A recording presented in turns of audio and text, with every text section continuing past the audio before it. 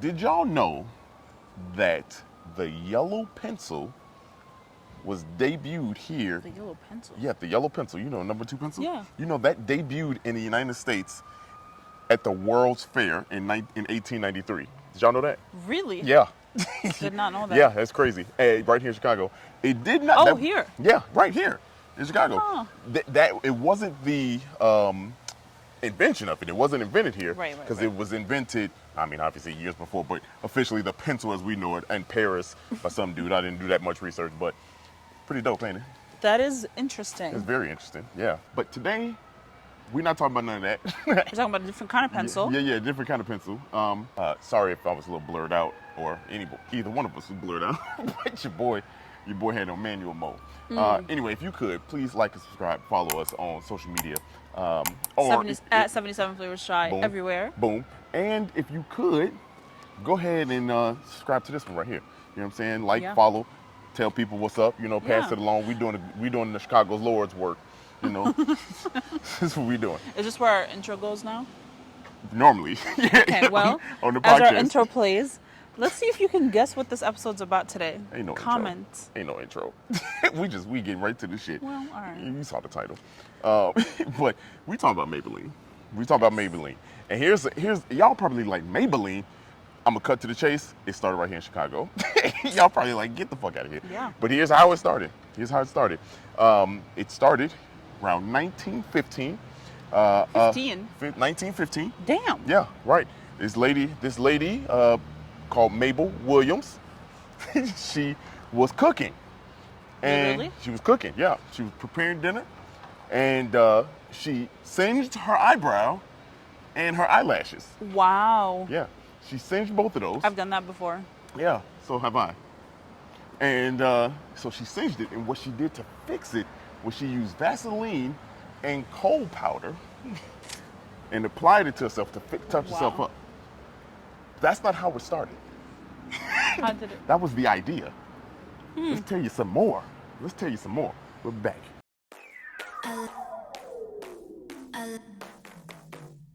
Continuing the story, you know, technically that was the first eyeliner. You know, like, so technically mascara. Yep. Eyebrow pencil. Yep. Technically that was. You say eyelash and eyeliner. All that, whatever. I don't do this. Funny person who did though, her brother, Tom Lyle Williams, her younger brother.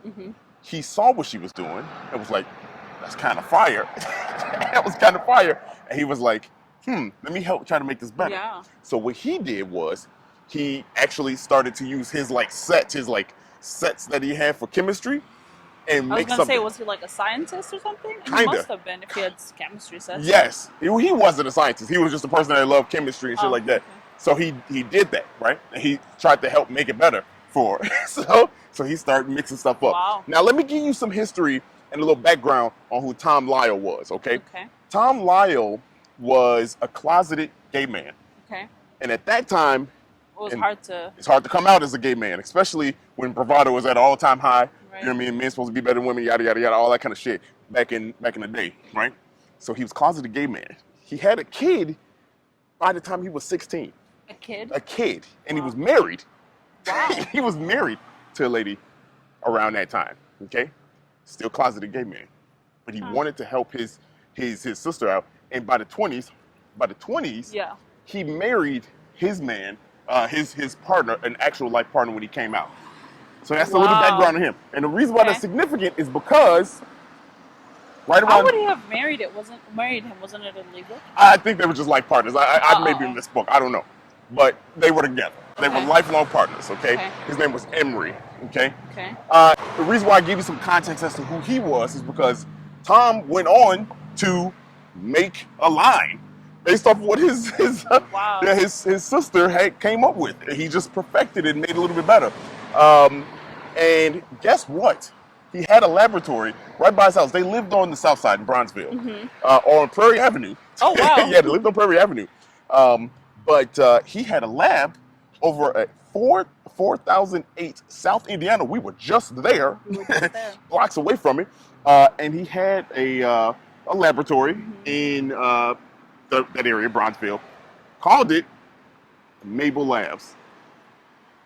Aww. It's crazy. He called it That's so Maybell Labs. sweet. It is. It's very sweet. But he's a man, regardless of him being gay or not. He had obstacles that he had to go through. Let's continue.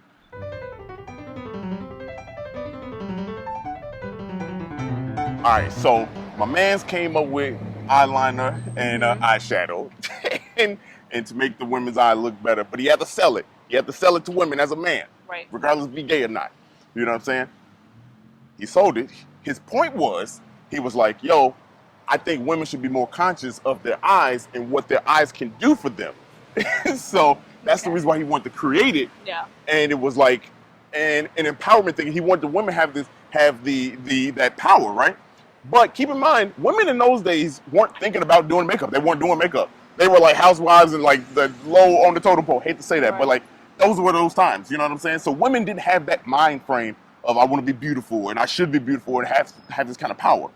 So that was his uphill selling point. What he did was he had women that were in acting, silent film, start using it.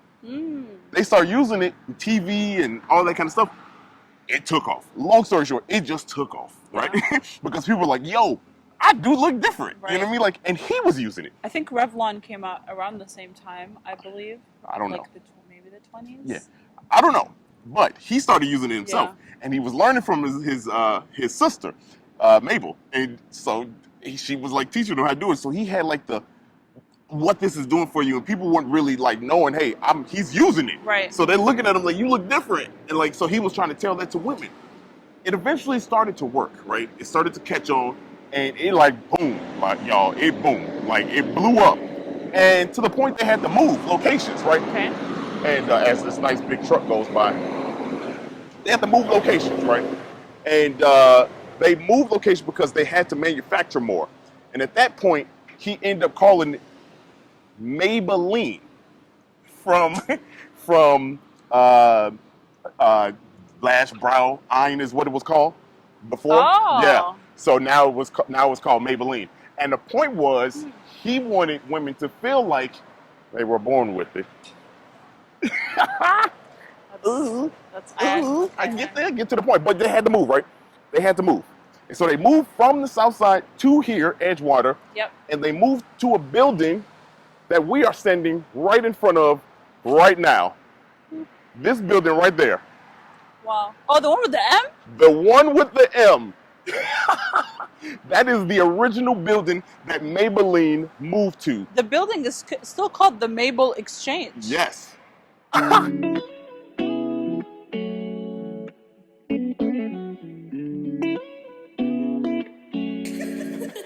So yes, Maybelline was headquartered right here at the building right behind us. It is still up. The letter M right there signals that this was the Maybelline building. Yeah. The whole thing, this is a large building. And this is where they headquartered everything. Yeah. Okay. It looks like it's like mixed residential at this point. Yes. Yeah. Obviously the building has been painted from the outside. Right. It was all brown like back in the day. But this was it. Wow. And so this is where the business thrived. And this was a huge family-run business. And when I mean family, Mabel herself worked there. Tom was the founder. Right. They had a niece, Sherry Williams, who was kind of like very big into the marketing and advertising. And his husband, or partner, I should say, I don't know if his husband, but partner, Emery, was also big into advertising. He was the advertising market. So they had this big family-run operation. Wow. Yes. It lasted for a long time here in Chicago. All the way through the 60s, they thrived. 1964, Emery died. His partner died. And that was kind of like the downfall of Maybelline because, call it what it is, he was heartbroken. Right. Rightfully so. He was heartbroken. He was old. He was into his 70s at this point. Okay? So he's heartbroken. So he sold the family. He sold the business to a guy named, I think it was Adam Plow. I'll put it up here. But Plow was the name, okay? And Plow was from Tennessee. And so he basically said, hey, here's the business. Please don't move it from Chicago. Right. Don't move it from Chicago. A lot of people work here, this, that, and the other. Plow said, yes, he wouldn't do that, right? But he moved it from Chicago. He moved it from Chicago. Yeah. He moved it from Chicago to Tennessee. Damn. And from Tennessee to Little Rock. Bring it back to Chicago. Yeah, right. And from Little Rock, that's when it landed in New York. Wow. Yes. Now it's called Maybelline New York, yes, when it should have been called Maybelline Chicago. Exactly. And it's owned by L'Oreal Company, which also owns another black-owned business from Chatham, Soul Glow, or Ultra Sheen, I'm sorry. So they own a lot of things now in the business. But that is the story That's so of interesting. Maybelline and how it started here in Chicago. So ladies, next time you are here beating your face. Maybelline now has everything. They do. They really do. Cosmetics line. They do have full cosmetics. So it's and grown. It's like one of the best drugstore makeups. Yeah. So. To quote Sherry, the niece, you could take the product out of Chicago, but you can never take the product out of Chicago. To quote Sherry, you can take the whatever, man. Y'all know what I mean. Quote here. Yeah. Anyway, that's Maybelline. Now you know that is a Chicago brand. Started here. Chicago is dope, and we've been trying to tell you that. You know? But I'm tired. I'm ready to eat. Yeah, we found a dope spot to eat. I know. I'm so excited about this one. We were having ice cream, and yes. Now we get to have ice cream again. So, hey, let's get it. Maybe.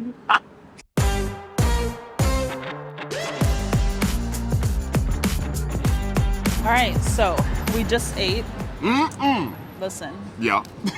This restaurant has been on my list for like 4 years, so I'm glad we finally made it out here. Yeah. And by out here, I mean literally 5 minutes from our house. But that's irrelevant. Right. I might butcher the name, but it's like Bayan Co. My Arabic self wants to say Bayan, but maybe you might be right. That sounds better than Bayan. You know what I mean? Maybe it might be Bayan. I don't know. Should have asked. That's how my black ass is. But it is a Filipino-Cuban fusion restaurant. Mm-hmm. So the wife is Cuban, the husband's Filipino, and together they kind of curated this menu. Listen. Yep. All restaurants need to be Cuban, Filipino. That's the only food we need to be eating. You said that's the collab. Because what? Yeah. They smacked. They went crazy, and I think they know it too. That's the thing. They know it.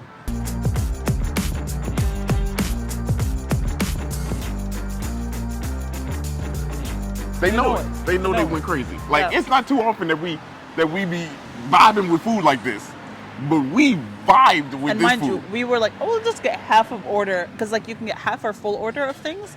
We were like, oh, we'll just get half an order of everything that we did order. Man, I was licking my fingers. I was close to licking the plate. Yeah. I promise you that. Yeah. So let's start off with what we ordered off of. So Tuesday through Saturday is the days that they're open from 5 to 9, I believe. Okay. And then they do happy hour Tuesday, Wednesday, Thursday, Friday. Mm-hmm. I want to say from 5 to 7. From 5 to 7. Yeah. So we ordered off of their happy hour menu. Yeah. And we got 3 things from that menu. We got the lumpia, which we got 2, but it's 2 cut in half. Yep. So like technically you got 4. Large lumpia. Yeah. Some of the best lumpia I've had in the city. Yeah, we've had several, and this was literally amazing. One of the best that we've ever had. It's not like the other lumpia was bad. No. This is just so much better. Yeah, this was it's so much. Look at you slip. It is better. That tastes good. That's fire. Fire. That's fire. Fire. Y'all, let me tell you something. This lumpia here might be the best lumpia we'd have had. It's great. It's great. Listen. Hey, Sarah don't be slipping like that. Listen. You be telling the truth though. But here's the thing. It's not just the food. It's like the whole vibe of the place. Okay? Which we'll talk about in a second. But the lumpia was amazing. The sauce was garlicky next. Ooh. Yeah. Everything about it was awesome. You know what's up when Sarah start talking saucy like this. I know. She talking saucy. I did. And then we also got the crab croquettes. Ooh wee. First of all, salmon croquettes be that's in the black culture, I think. But like these crab croquettes. I don't know how to respond to that. You said you don't know how to respond. Anyway. But these crab croquettes? Ooh wee. With like a homemade aioli of some sort. Shit. Like for real, incredible. If you're a texture person and you don't like soft, on the inside they are soft. So they're not dry crab croquettes. I've had like a ton that were dry crab cakes and stuff. Mm-hmm. This is juicy. Juicy. It's like chewy and juicy. Yeah. juicy. Juicy. Yeah, it is. They're so good. They're so good. It was so we're kind of good. delirious because we ate so much. I honestly can't breathe. My stomach is all out in public and shit. My arms starting to give out. Stop it. That's why your boy keeps switching. I'll be in the gym though. Don't get it twisted. Anyway. Yeah. So we had the crab cakes, the lumpias, and then what's the third thing we got off the appetizer, the happy hour menu? The wings. The wings. But so yes. we ordered 6 wings. Yes. They brought out 12. Yeah. Right. We didn't say no. I have to tell you what's on these wings. Yeah, because that's the thing. These wings. Whatever's on the wings is killing it right literally, now. like they were the crispy. Best. All right, so these are the adobo wings, which is crispy fried chicken wings with an adobo glaze. Yep. I love adobo anything. Adobo chicken, adobo wings. These were crispy. You've had adobo. I know I had, but I couldn't pick it out in the lineup. I couldn't. You said, that's why you slang these little history facts. Where's the adobo? I'd be like, right there. And I point to the color green. I don't know. I don't know. That's how lost I'd be. It's orange at the very most. Anyway, anyway, it was fire. It was amazing. I'm so glad they brought out the 12 because we smacked. Yeah, that's when I started licking my fingers like crazy. Like I was, y'all. These are some of the best wings in the city. Look at this. Look at that. It is so crispy, big. That's what she said. Slow down. But they so good, and the music make it better. They got the D'Angelo.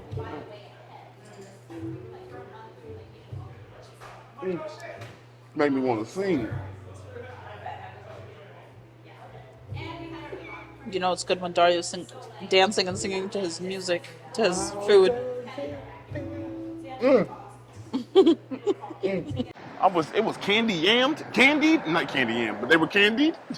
It's a glaze, so it's glaze. Like there sweet. it is. I couldn't think of that word. Boy, I could not think of that word. You just like find the next, like the adjacent word. Like he'll drink something with cinnamon. He'd be like, "This tastes like apple pie." It doesn't. It just got cinnamon in it. You do though. Just got cinnamon and maybe like nutmeg. Yeah. And he'd be like, "This is apple pie." It's not. All right. What do we have next? We then got the cumin lamb belly. Y'all, I know y'all probably with be like yuca and mojo. Cuban lamb belly. I've never. Listen, we eat all the lamb. I've never had lamb belly this way. Think of like shit. I don't want to say bacon, but like it's a fattier piece of the lamb. But it didn't taste and fatty. It's thin.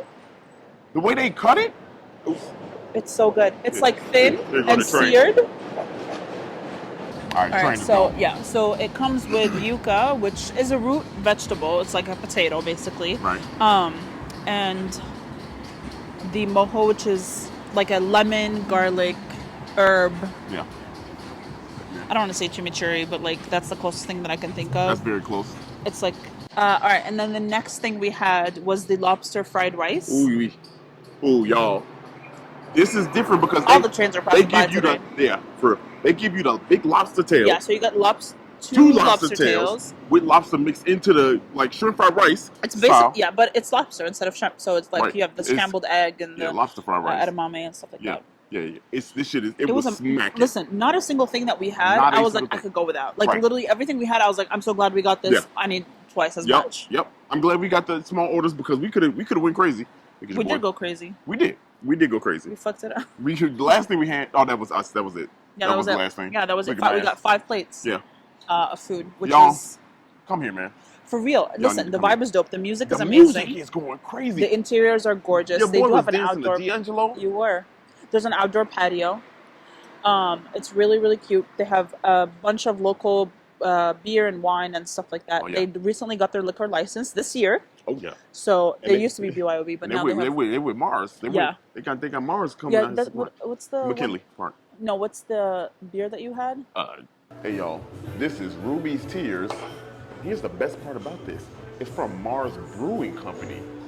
Like, wait, is the mic on? Okay. That's what I just checked. Oh yeah.